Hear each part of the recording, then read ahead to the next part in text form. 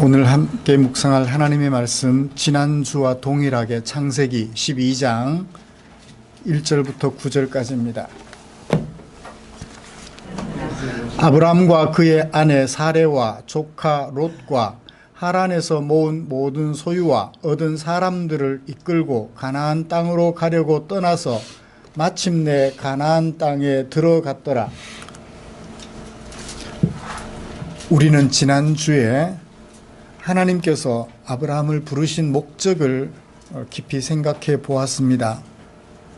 그리고 하나님께서 아브라함을 부르신 목적을 나를 부르신 목적과 관련 지어서 살펴보았지요.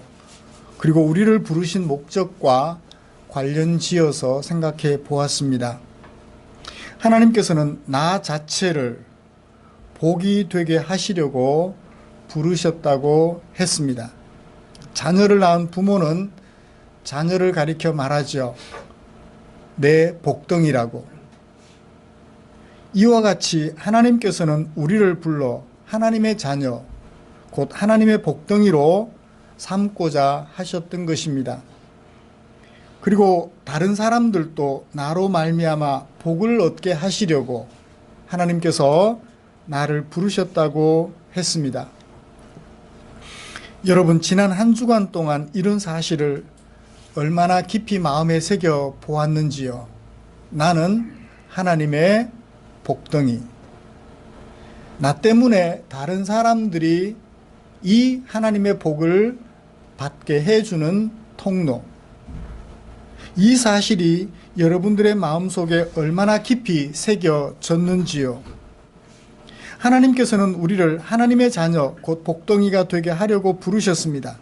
그리고 하나님께서는 복덩이가 된 나를 통하여 다른 사람들도 복을 얻게 하려고 부르셨습니다. 오늘날 사람들은 자기 가치를 알지 못합니다. 오늘날 사람들은 자신이 살아야 할 삶의 목적을 알지 못한 채 살아가고 있습니다. 그런데 하나님께서는 당신의 백성으로 부르신 우리에게 이처럼 자신이 얼마나 소중한 존재인지를 말씀해 주셨어요. 너는 복이 되라.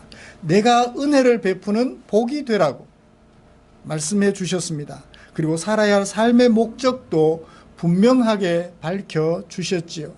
너를 위한 삶이 아니라 나를 위한 삶이 아니라 너를 복되게 하는 복덩이로서의 삶임을 우리에게 말씀해 주셨습니다.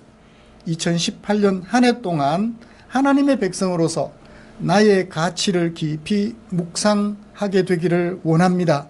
그리고 또한 하나님의 백성으로서 나의 삶의 목적을 마음 깊이 묵상해 보시기를 간절히 소원합니다. 이처럼 하나님의 백성이 인식해야 할 자기 가치, 그리고 하나님의 백성이 살아야 할 삶의 목적을 자신의 것으로 삼고자 하는 우리를 위하여서 하나님께서는 귀하고 귀한 말씀을 남겨주셨습니다.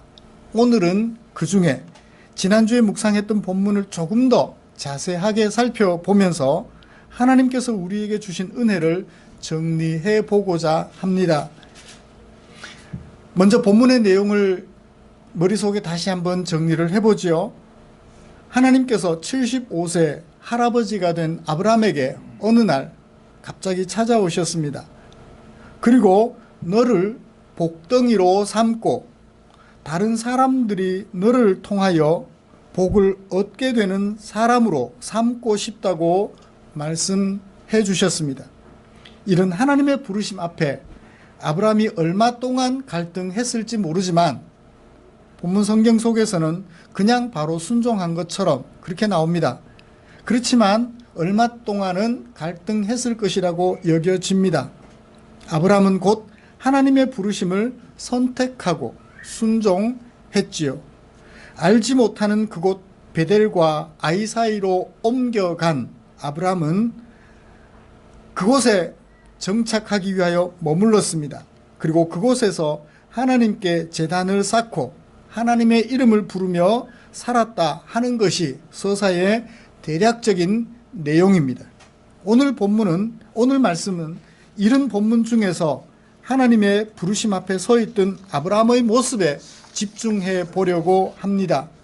그리고 하나님 앞에서 복덩이가 되고 다른 사람들로 하여금 복을 얻게 하는 사람으로 서기까지 아브라함이 살았던 삶에 관심을 집중해서 살펴보려고 합니다. 말씀 나눌 때 하나님의 크신 은혜가 우리 모두에게 충만하시기를 간절히 소원합니다.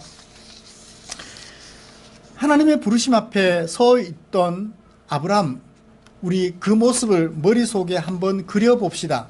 하나님이 여기 계세요. 찾아오셔서 아브라함에게 말씀하십니다. 아브라함이 그 앞에 섰어요. 여러분이 하나님 앞에 서 계시는 것처럼 아브라함도 하나님 앞에 서 계셨어요. 한번 머릿속에 그려보시죠. 하나님께서 말씀하셨습니다.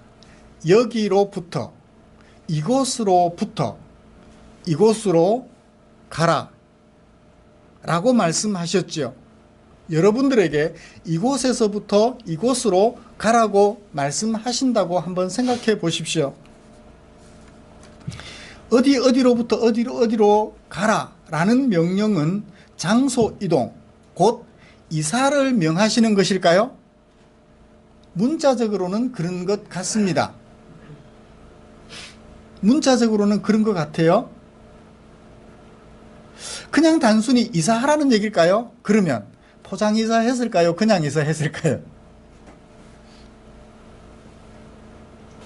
어디로부터 어디로 가라라는 이 명령이 가지고 있는 문자적인 의미는 이사를 명하신 것이 맞아요.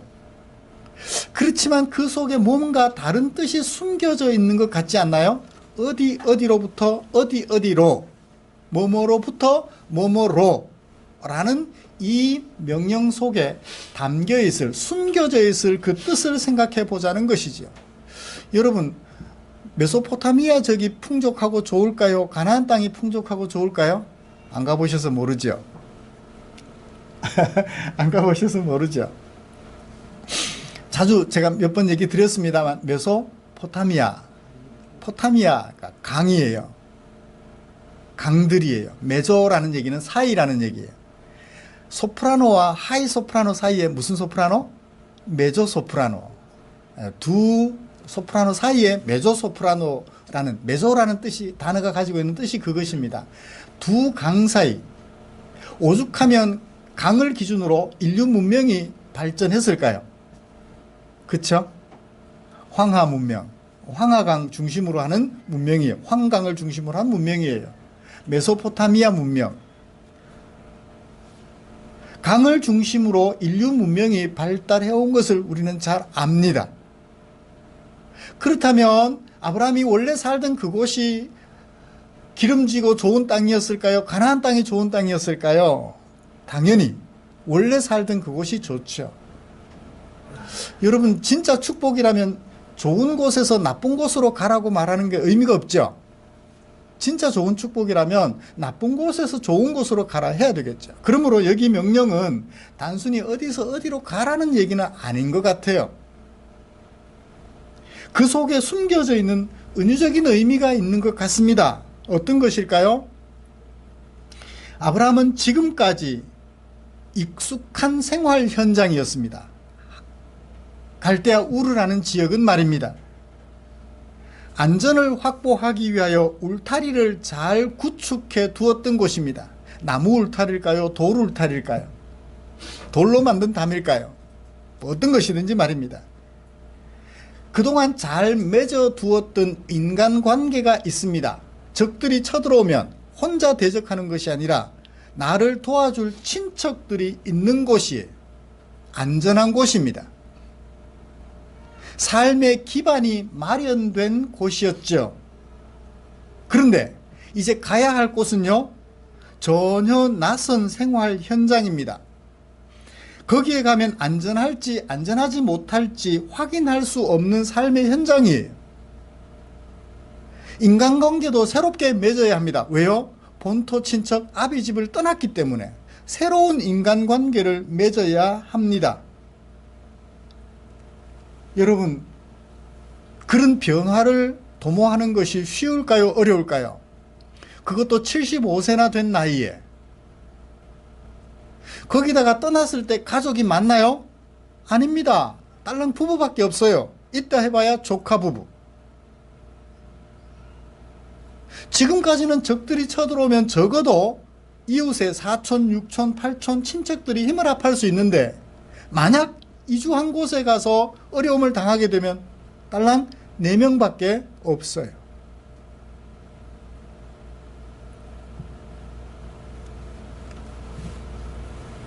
지금까지는 아버지의 힘과 자신의 수고로 만들어 두었던 안전 펜스와 그리고 지금까지 구축해왔던 삶의 방식을 포기해야만 해요. 그곳에 가면 농사를 지을지 계속해서 목공의 일을 할지 목축업을 할지 전혀 몰라요. 무엇을 해서 먹고 살아야 할지 모릅니다. 그리고 이제부터는 자신을 부르신 하나님의 울타리 안으로 들어가서 살아야 해요. 친척의 울타리가 아니라 아버지의 울타리가 아니라 내가 만들어둔 울타리가 아니라 하나님이 만들어 놓으신 울타리 안으로 들어가 살아야 돼요. 하나님이 만드신 울타리가 내가 만든 울타리보다 안전할까? 불안하고 걱정이 됩니다. 지금까지는 아버지의 가르침과 자신의 생각을 따라서 생활해 왔습니다. 이렇게 하면 돼. 이렇게 살면 돼. 그러나 이제부터는 이렇게 살아서 될까? 불안해요. 왜? 그곳 사람들은 나와 생각이 다를 수 있으니까 말입니다. 이제부터는 자신을 부르신 하나님의 명령과 생각을 따라서 생활해 가야 할지도 모릅니다. 그러므로 하나님의 부르심 앞에 서 있는 75세 할아버지 아브라함의 마음은 평안했을까요? 불안했을까요? 불안하겠죠. 이 하나님의 초대를 응할까 말까 갈등했을 것 같아요. 성경은 갈등했다는 사실을 전혀 기록하고 있지 않습니다. 그렇지만 여러분들이 하나님 앞에 서 있는 아브라함이라고 한번 생각해 보십시오. 그동안 20년, 30년 경영해왔던 사업터 정리하고 떠나래요. 정리할 수 있을까요? 마이너스 나는 기업이었다면 포기할 수 있겠죠. 그렇지만 계속해서 흑자를 낳고 열심히 하면 더 나은 미래가 보장이 되는데, 눈에 보이는데 그것을 버리고 떠나기가 쉽지 않을 거예요. 하나님의 초대에 응하기가 쉽지 않았을 것입니다. 아브라함이 전과 한 20번쯤 돼가지고 안 그래도 그것을 떠나려고 했는데 그참에 하나님이 부르셨다면 쉽게 떠났을 것입니다. 아브라함이 그렇게 나쁜 사람이었나요? 성경을 읽어보면 그렇게 나쁜 사람은 아니었어요. 전과 20번 정도는 아닌 것 같아. 모르겠어요. 범칙금 정도는 냈을지도.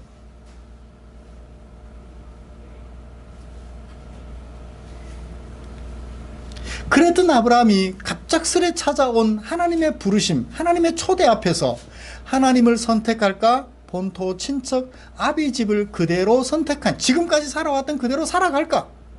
에이, 하나님 왜 갑자기 오셔서 평지풍파를 일으키나요? 가세요 라고 말을 할까? 아니면 평지풍파 일으킨 하나님의 부르심을 따를까? 그 앞에서 갈등하지 않을 수 없었을 것입니다. 지금까지 아버지가 만들어 놓은 울타리, 그것도 안전했어요.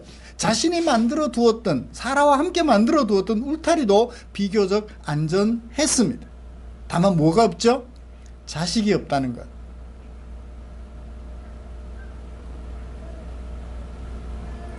그래요. 어디로부터 어디로 가라는 하나님의 초대가 가지고 있는 뜻은 이런 깊은 뜻을 숨기고 있어요.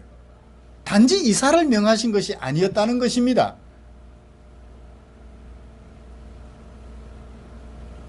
이런 부르심, 하나님의 부르심 앞에서 서 있는 아브라함의 모습을 우리 머릿속에 그려보자고요. 아브라함은 무엇을 선택했나요? 이사를 선택했을까요? 하나님의 부르심을 선택했을까요? 하나님의 부르심을 선택했습니다. 이사는 그 부르심을 선택한 결과 중에 하나일 뿐이에요. 하나님의 부르심을 선택한 결과로 아브라함이 수행해야 될 여러 가지 일들 중에 하나에 불과합니다. 이사는요. 여러분, 아브라함이 무언가를 선택하려 했다면, 여러분들이 또 무언가를 선택하려 했다면, 이것이냐 선택하려 한다면 무엇을 기준으로 선택하죠? 그것이 가지고 있는 가치예요. 그죠? 그죠? 그것이 가지고 있는 가치예요. 그 가치를 마음속에 잘 생각해 보고 어느 한편 가치 있는 쪽을 선택하겠죠. 그렇지 않나요? 여러분 그냥 아무거나 막 선택해요? 운명에 맡기고 요행에 맡기고 아무거나 막 선택하나요? 그렇지 않잖아요. 학교에 가면 옆자리에 앉는 친구는 하나님이 선택해줘요. 그죠? 그건 내가 어떻게 할 수 없어요. 선생님이 너하고 나하고 짝이 돼 그러면 짝이 돼야 돼요. 그런데 적어도 할아버지가 된 아브라함 앞에 주어진 이 하나님의 부르심은 지금까지 아빠와 함께 살았던, 아버지와 함께 살았던 그 삶을 선택할 것인가, 하나님과 함께 사는 삶을 선택할 것인가, 기로에 섰던 것이며, 그 선택의 기로에서 어느 하나를 선택한다는 것은 그것을 가치 있게 생각했다는 결과일 것입니다. 사랑하는 성도 여러분, 결국 아브라함은 하나님과 함께하는 하나님의 부르심에, 하나님의 초대에 응하는 것을 선택했습니다. 본토 친척 아비집이 자신을 원하는 그 선택을 내려놓고 하나님이 부르신 그 선택을, 그것을 선택하였지요.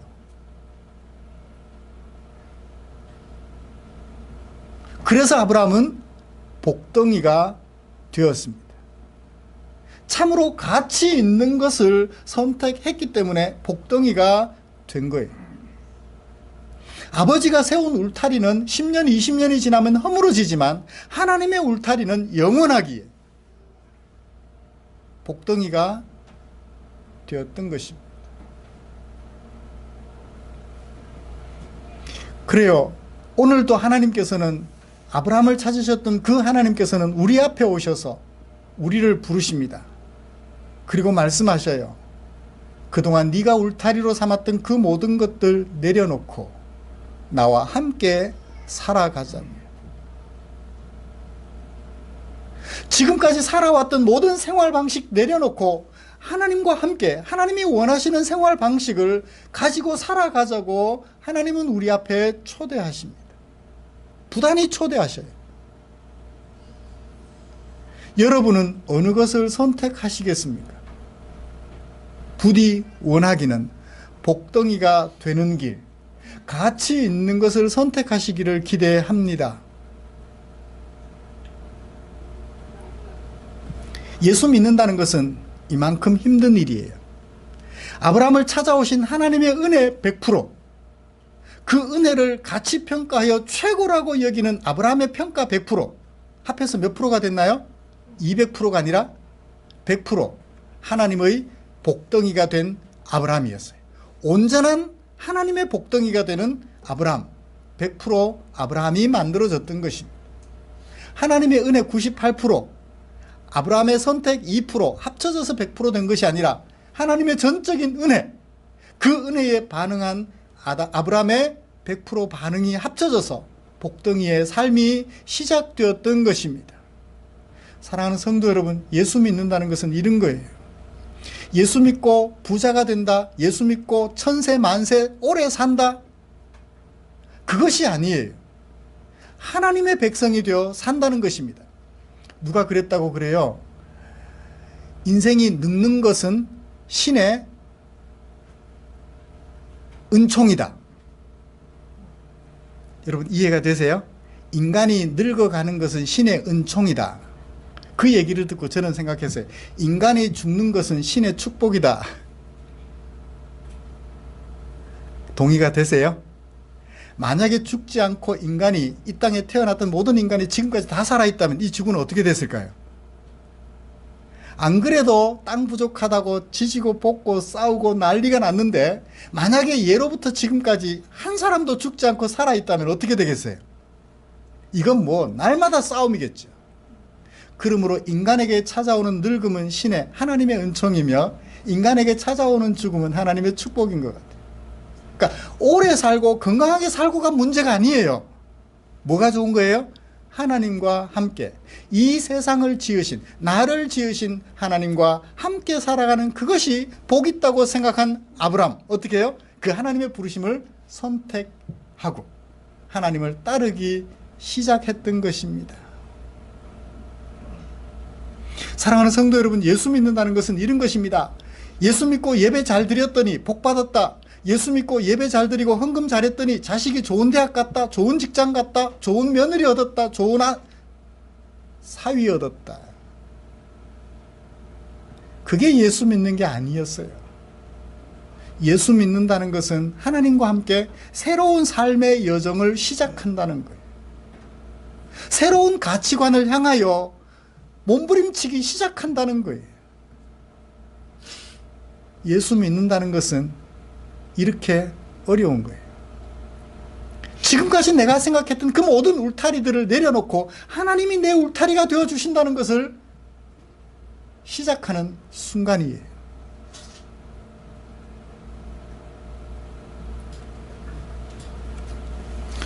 아브라함은 하나님의 부르심을 듣고 하나님의 부르심 앞에서 하나님과 함께 사는 삶을 선택하였죠. 저와 여러분들은 이 시간 우리를 부르시는 하나님, 우리를 초청하시는 하나님 앞에서 무엇을 선택하시겠습니까? 그 정도로 우리에게 하나님은 정말 가치 있는 분으로 여겨지나요? 하나님의 생각은 나에게 있어서 가치가 있다고 여겨지나요? 이제 우리 자신을 돌아보십시다.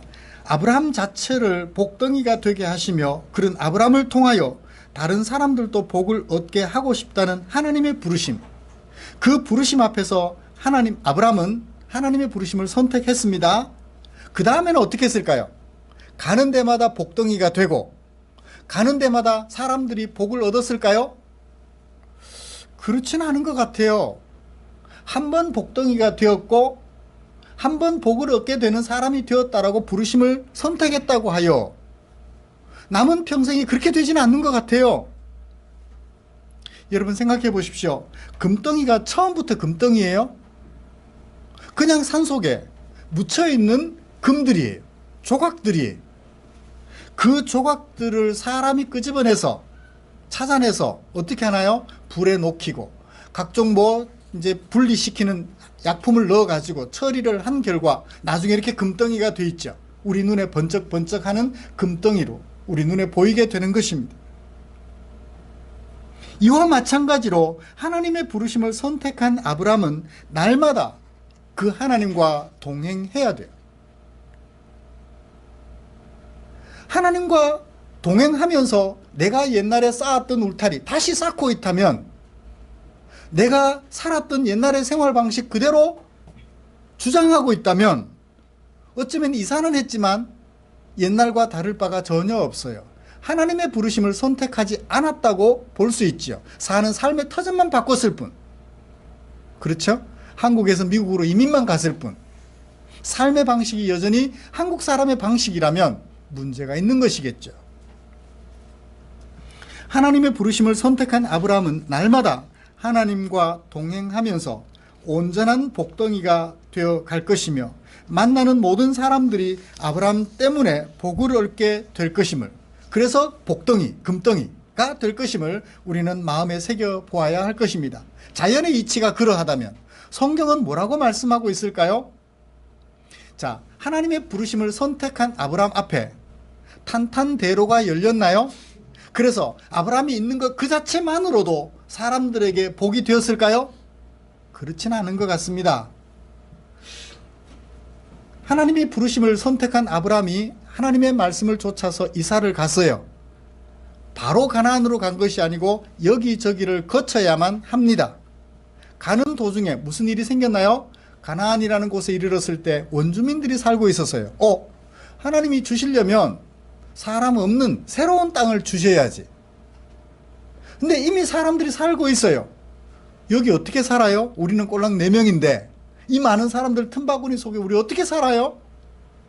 이들이 우리를 왕따시키면 어떻게 하죠? 불안해하는 그에게 누가 찾아오셨어요? 하나님께서 찾아오셨어요. 내가 너를 복덩이가 되게 하는데 그냥 네가 복덩이가 되라고 내버려 두지 않으셨어요. 계속해서 복덩이로 지켜가시는 하나님의 모습을 봅니다. 두려워하는 아브라함에게 하나님이 찾아오셨어요. 뭐라고 말씀하셨나요? 내가 이 땅을 너에게 줄게. 원주민들이 살고 있지만 그들은 아무것도 아니야. 이 땅을 너에게 줄게. 하나님이 확인해 주십니다. 복덩이로 삼으신 후에 계속해서 복덩이로 지켜주시겠다고, 울타리가 되어주시겠다고 말씀해 주십니다. 그때서 아브라함은 무슨 생각을 하나요? 그래, 불안하고 걱정이 됐는데 하나님이 찾아오셔서 여전히 나와 함께 해주시는구나. 나를 부르고 버리시는 것이 아니라 여전히 부르신 하나님은 나와 함께 해주시는구나 하는 것을 느껴가는 거예요. 한 번만 그렇게 느낄까요? 앞으로도 계속해서 그렇게 느끼겠죠. 유 권사님 결혼했어요, 그죠? 석 집사님과 결혼을 하셨어요. 내 거야. 어떻게 해도 너는 내 거야. 그래서 그 다음부터 어떻게 하나요? 석 집사님 싫어하시는 일만 하나요? 아니죠. 내 거로 삼고 나니까 더 내 것으로서 아름답게 하기 위하여, 빛나게 하기 위하여 어디 나갈 때면 어떻게 해요? 옷 매무새를 앞에 가다듬어 주고 넥타이 색깔도 골라주시고, 그죠? 혹이라도 뭐가 묻어 있으면 어떻게 하나요? 닦아주시고 떼주시고, 필요하면 몸에 냄새 난다고 씻어도 주시고. 하나님은 그러신 것 같아요. 아브라함을 복덩이로 삼으신 후에 어디 가서 아브라함이 문제가 있을까 싶어서 깨끗한 복덩이가 되게 하시려고, 불안해하면 안심시켜주고, 걱정하면 걱정을 덜어주고 늘 함께 해주시는 거예요.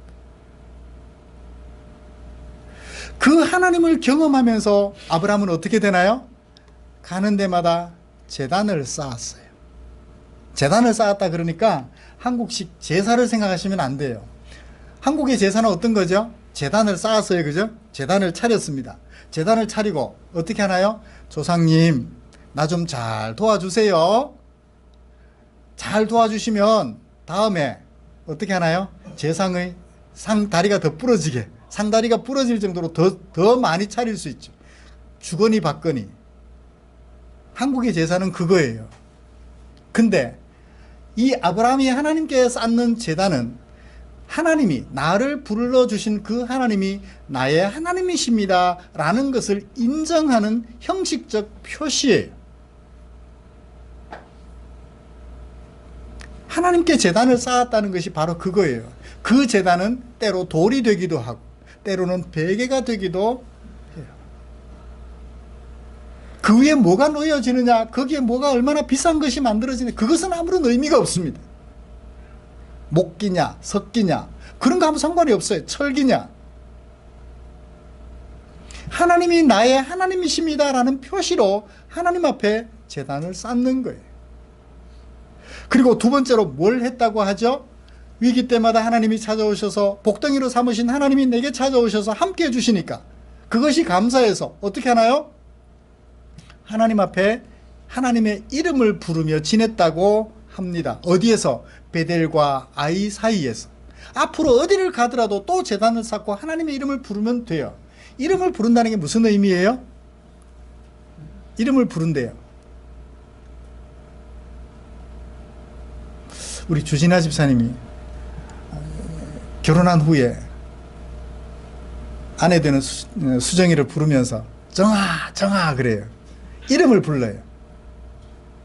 이름을 부르는 게 어떤 의미죠? 둘이서 뭔가 교제를 한다는 얘기예요. 계속해서 대화를 한다는 얘기예요. 그렇죠? 뭔가 요구사항이 있어서 이름을 부르고 그리고 얘기를 하고 그 얘기에 대한 반응을 듣고, 이름을 부른다는 얘기는 그런 의미를 가지고 있어요. 단지 그냥 하나님 그랬다는 얘기가 아니에요. 하나님 부르고 하나님은 왜? 반응하시고, 그래서 하나님과 계속해서 교제가 이루어지는 거예요. 이것을 뭐라고 표현했나요? 아브라함이 하나님의 이름을 불렀더라 라고 얘기를 하는 것이죠. 아브라함을 복덩이로 부르신 하나님은 아브라함을 지켜주시고 그런 하나님의 은혜를 마음속에 날마다 경험하면서 아브라함은 하나님을 찾고 하나님은 아브라함에게 말씀해 주시는 이 아름다운 관계가 지속적으로 유지되어 가는 것을 보게 됩니다. 몇 년 동안 그랬을까요? 모르겠어요. 모세는 얼마나 오랫동안 그렇게 했는지는 기록하고 있지는 않습니다만 어떻든 그런 삶이 시작되었다라고 소개해 주고 있습니다. 하나님의 백성으로서 계속해서 복덩이로서 그리고 다른 사람에게 복을 얻게 하는 사람으로서 그 자리를 지키려면 어떻게 해야 될까요?